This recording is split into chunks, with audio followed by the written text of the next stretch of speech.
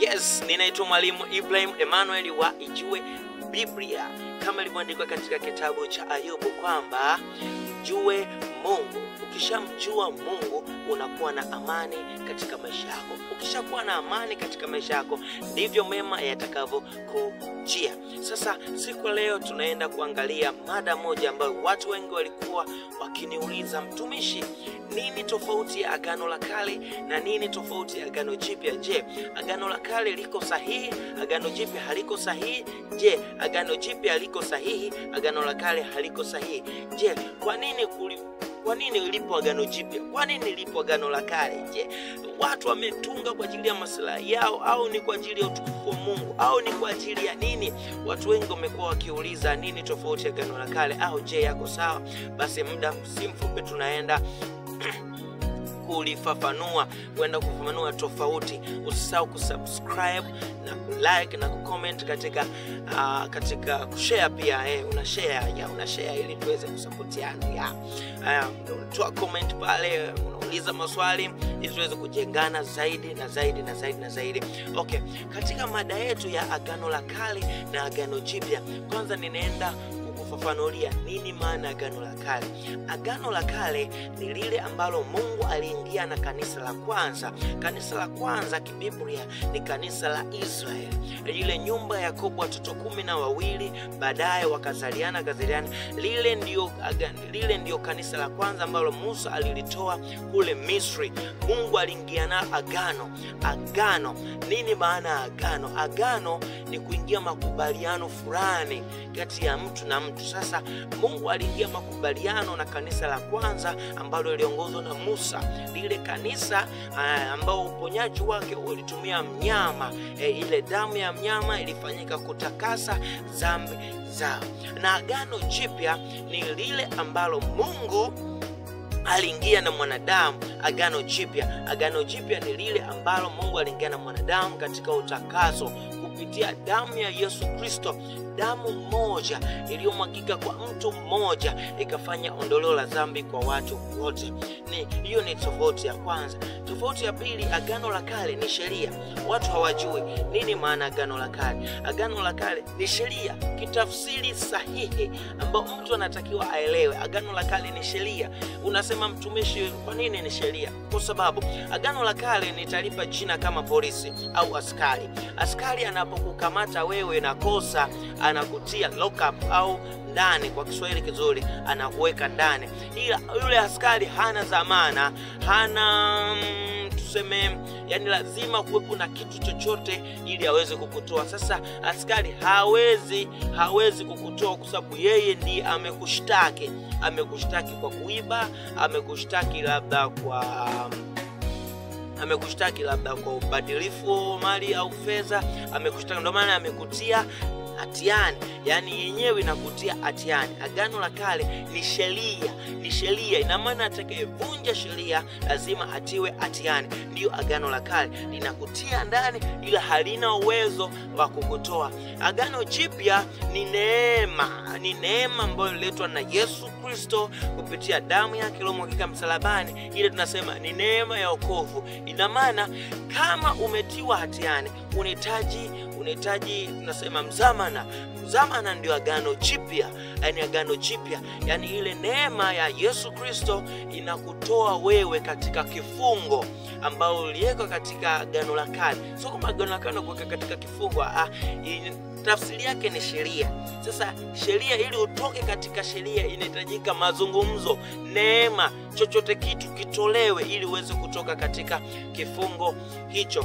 Nadhani hapo unaweza ukanielewa vizuri juu ya Agano Kale na Agano Jipya. Hiyo ni tofauti ya pili. Tofauti ya tatu, Agano la Kale linazungumzia Adamu wa kwanza. Adamu wa kwanza yeye ameumbwa kwa udongo na damu. Kwa udongo na damu. Baada ya kutenda dhambi, huyu Adamu wa kwanza alitamkiwa laana, ambayo moja laana ni kuhisi njaa, kula kwa jasho pamoja na kifo. Ina maana Adamu wa kwanza yule wa Agano la Kale, yeye uzao wake wote, kwa sababu amezaliwa katika katika nyama na damu, lazima watakufa. Sasa katika Agano Jipya analetwa Adamu wa pili. Sema Adamu wa pili. Yes, Adamu wa pili. Adamu wa pili yeye anakuja na ufumbuzi kumtoa mtu katika umauti. Adamu wa pili yeye watu wake wanazaliwa katika roho, sio katika damu na nyama. Unaona, damu na nyama, sio katika damu na nyama. Adamu wa pili watu wake wanazaliwa katika roho. Ndio maana kuna mtu mmoja anaitwa Nikodemo alimfuata Yesu Kristo usiku akiwa amejificha akihofia watu wasimone. Akamuuliza, je tufanyaje? Nifanye nini ili nipate wokovu? Maana wewe ishara unazozifanya ni ishara kabisa unatoka kwa Mungu. Yesu Kristo alimjibu, alimwambia ya kupasa uzaliwe mara ya pili. Yani unaona sasa, uzaliwe mara ya pili. Nikodemo akasema, ninawezaje kuingia tumboni mwa mama yangu na kuzaliwa tena angali mimi ni mzee? Yesu akasema kuzaliwa mara ya pili. Alifafanua juu ya wokovu, ubatizo. Kuzaliwa mara ya pili yani unauishwa, unafanywa upya. Umezaliwa wewe mwanadamu sasa hivi, umezaliwa katika Agano la Kale. Yani Agano la Kale ambalo lina sheria ya kukutia katika dhambi, na maana wewe utakufa katika dhambi. Kwa unatakiwa uzaliwe mara ya pili. Mara ya pili unazaliwa katika roho. Yani roho yako inaokolewa, inakuwa upya tena, unauishwa, uhesabiwi dhambi kupitia hii Agano Jipya. Maana unakuwa umezaliwa na Adamu wa pili katika roho. Nadhani hapo wengi mnanielewa hapo nikisema hivyo, nazaliwa katika roho. Ina maana wewe matendo yako yanakuwa matakatifu zaidi. Ukienda tena tofauti ya 4, Agano la Kale lilikuwa ili msamehewe dhambi, yani ili kutubu dhambi zenu lazima uende sehemu, uende pale hekaluni, hekalu lile la Suleiman ambalo lilijengwa kwa ajili ya kufanya utakaso wa dhambi, kufanya utakaso. Umeona sasa, ina maana kama mimi niko Tanzania nikitaka kutubu dhambi zangu, itanipasa niende Yerusalemu katika hekalu la Suleiman, nichinje baadhi ya vitu, baadhi ya wanyama ili niweze kusamehewa dhambi. Unaona sasa, na agano lile na agano lile la kale linaeleza kwamba nyinyi makuhani msiingie hekaluni mkiwa mmelewa. Unaona, msiingie hekaluni mkiwa mfanyaje? Mmelewa. Angalia Agano Jipya linapokuja kusema, nasema kwamba baada lile pazia la hekalu kupasuka, ina maana imeashiria kwamba wewe hata upo Nanjirinje, upo Tunduma, uko Katavi, uko Dar es Salaam, uko maeneo mbalimbali, unaweza kuingia ukaingia ndani, ukapiga magoti, ukamuomba Mungu na akakusikia na akakusamehe. Unaona sasa tofauti, na maana Agano la Kale kupasa uende Yerusalemu ukatubu dhambi zako.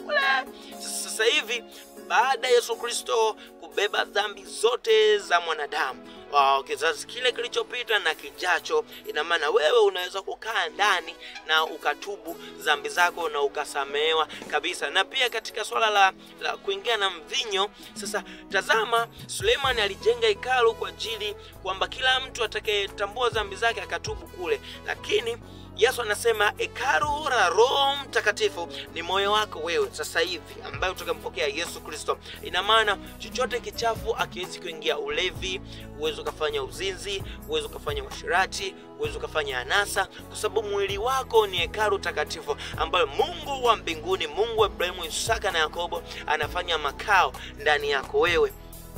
Tofauti ya mwisho kati ya Agano la Kale ni machache tu ambayo nimekufafanulia. Tofauti ya mwisho, ukisoma zile amri 10 za Mungu, amri 10 za Mungu, kuna amri moja inasema usizini. Sasa katika Agano la Kale neno usizini walikuwa mpaka wakukute unazini ndipo unahesabiwa kosa. Hapo sijui kama umeelewa. Yaani ndio kuzini ni dhambi.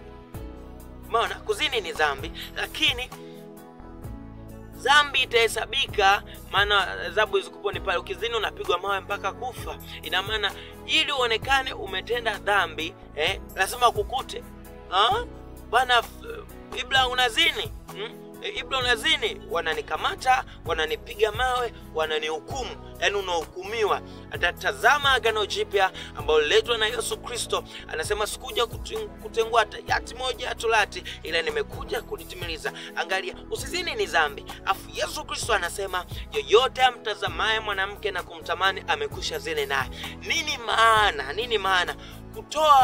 Kutoa katika mtu paka akutwe anazini ndio yasemekane dhambi. Sasa hivi hata ukimtamani tu ile dhambi, kwamba usizini ni dhambi. Hata Agano la Kale ukizini ni dhambi, lakini mpaka ukutwe unatenda hiyo dhambi ndio unahesabiwa umekosa. Lakini Agano Jipya kuzini ni dhambi, lakini ukimtazama tu mwanamke na ukamtamani tayari umezini naye.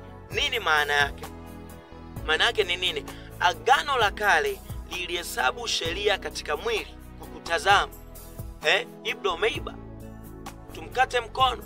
Lakini Agano Jipya, kabla ya kuiba, ile unafikiria kwenda kuiba, tayari unakuwa umekwisha kutenda dhambi. Yes, nimefafanua juu kwa juu kwa sababu kutokana na muda na watu wengi wapendi sana kusikiliza neno la Mungu kwa muda mrefu. Tunajaribu kufupisha ili uweze kuelewa. Kama kuna swali lolote unaweza comment, kama unaweza ka DM nikakujibu. Tuko kwa ajili yenu, tupo kwa ajili ya kufafanua. Kama una maswali zaidi juu ya Biblia, tuko hapa kuweza kukufafanulia. Asante, natumaini umenielewa zaidi na zaidi. Asante sana.